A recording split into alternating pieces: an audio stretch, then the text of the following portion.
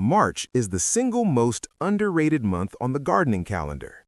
Most gardeners are still sitting inside waiting for April, but the ones with the most jaw-dropping gardens, they are already outside, hands in the soil, getting a head start that everyone else will envy come June.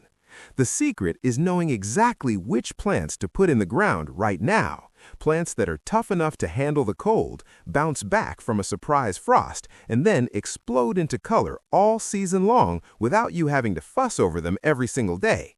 Sam here. Welcome back to Seniors Gardening Advice, the channel where we make gardening smarter, simpler, and genuinely enjoyable at every stage of life.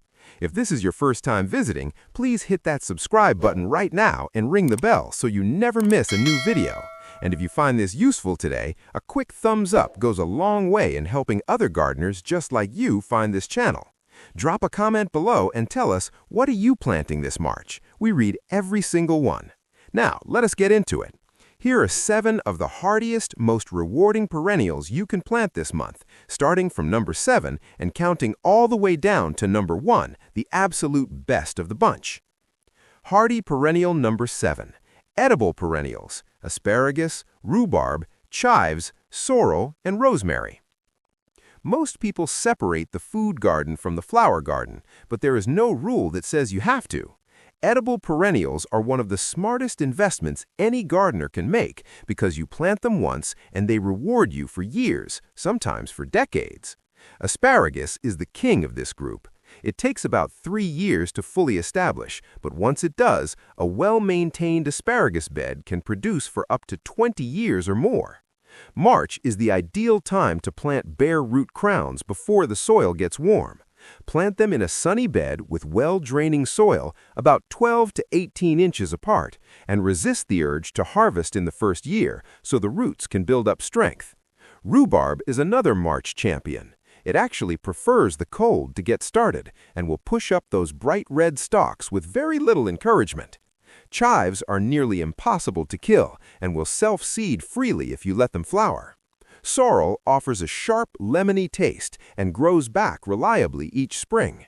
Rosemary, in warmer zones, is evergreen and one of the most useful herbs in any kitchen. Tuck these in between your flower perennials, and you will have both beauty and food coming from the same bed all season long. Hardy perennial number 6. Daylilies. If there is one perennial that absolutely refuses to give up, it is the daylily. These plants are practically indestructible. They tolerate poor soil, dry spells, clay, sandy ground, partial shade, and full sun. Once established, they spread steadily on their own and fill in gaps in the garden beautifully. Each individual flower lasts only 1 day. That is where the name comes from. But a single healthy daylily plant can produce dozens of blooms in rotation, giving the impression of continuous color for weeks. They come in an enormous range of colors, from pale yellow and creamy white to deep burgundy, coral, and bold orange. Plant daylily tubers in March as soon as the soil can be worked. They prefer full sun, but will manage in partial shade. Space them about 18 inches apart to give them room to spread naturally over the coming years.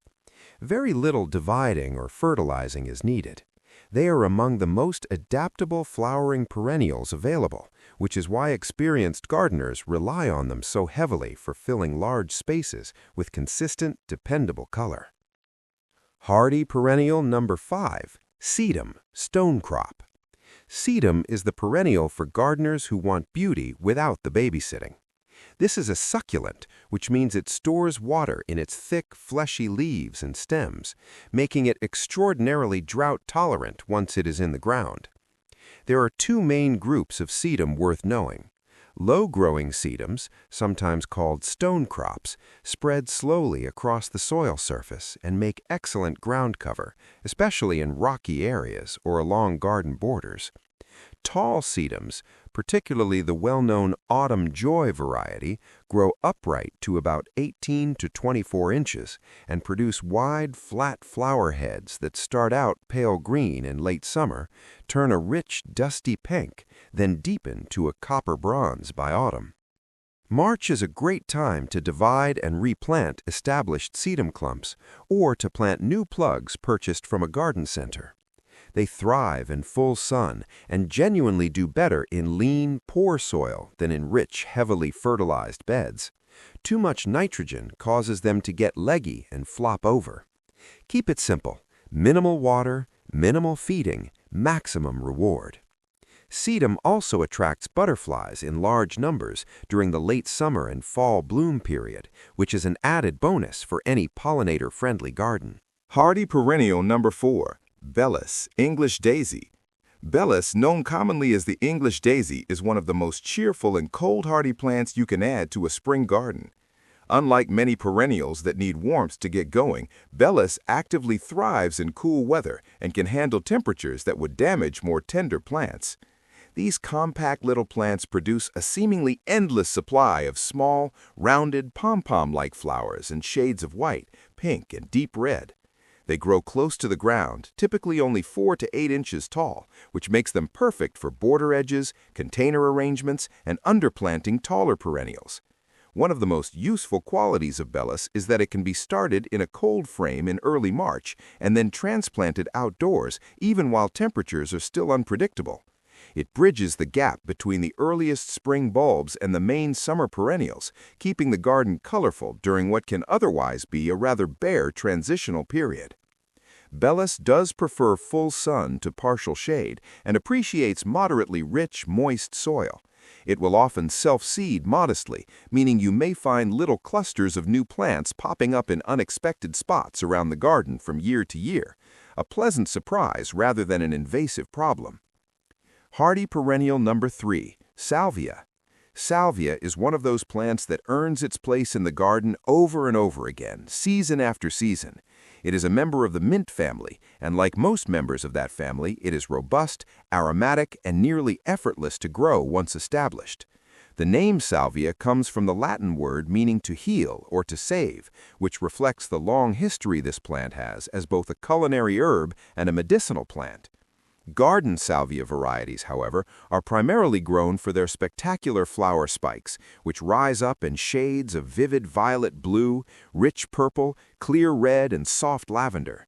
These bloom reliably from late spring right through summer and often into fall with minimal deadheading. Salvia is exceptional for wildlife. Bees, in particular, are extremely attracted to its tubular flowers, and it also draws butterflies and hummingbirds. Planting a dense grouping of salvia near a seeding area creates a living, buzzing, colorful feature that is endlessly engaging. It grows well in containers, raised beds, or directly in the ground. Full sun and well-drained soil are all it needs. It is quite tolerant of drought once established and does not require heavy feeding. For an especially impactful display, plant salvia in groups of 5 or 7 rather than as single specimens. The massed effect is far more striking. If you are enjoying this video, this is a great moment to share it with a fellow gardener who could use some fresh ideas for their March planting.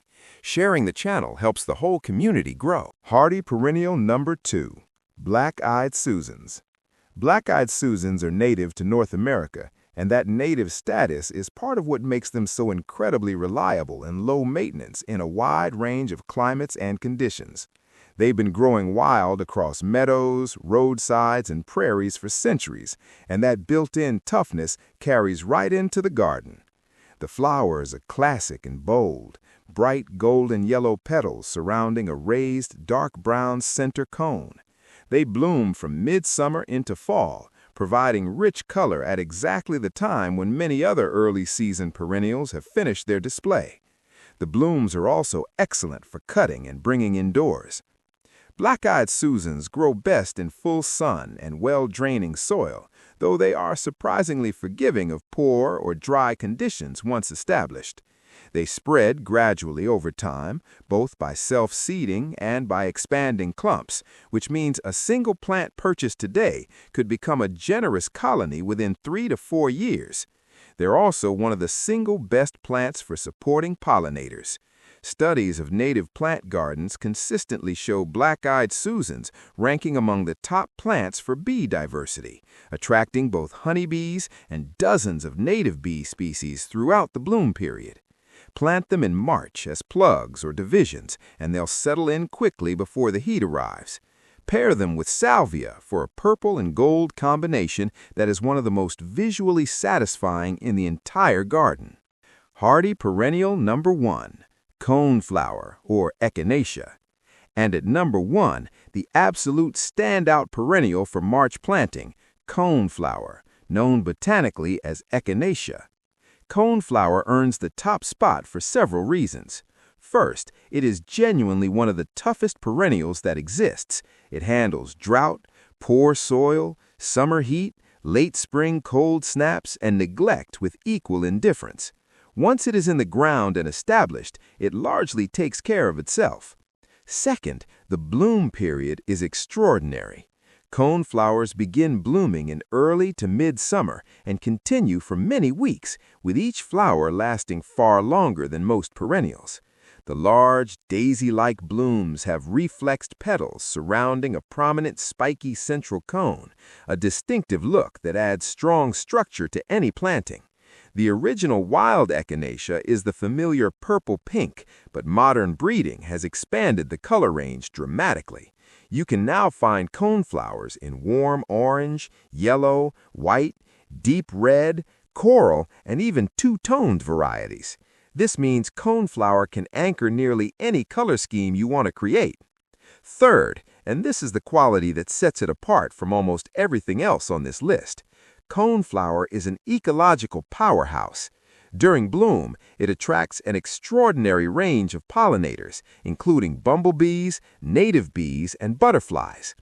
After blooming, if the seed heads are left standing through winter rather than cut back, they become a critical food source for goldfinches, sparrows, and other seed-eating birds.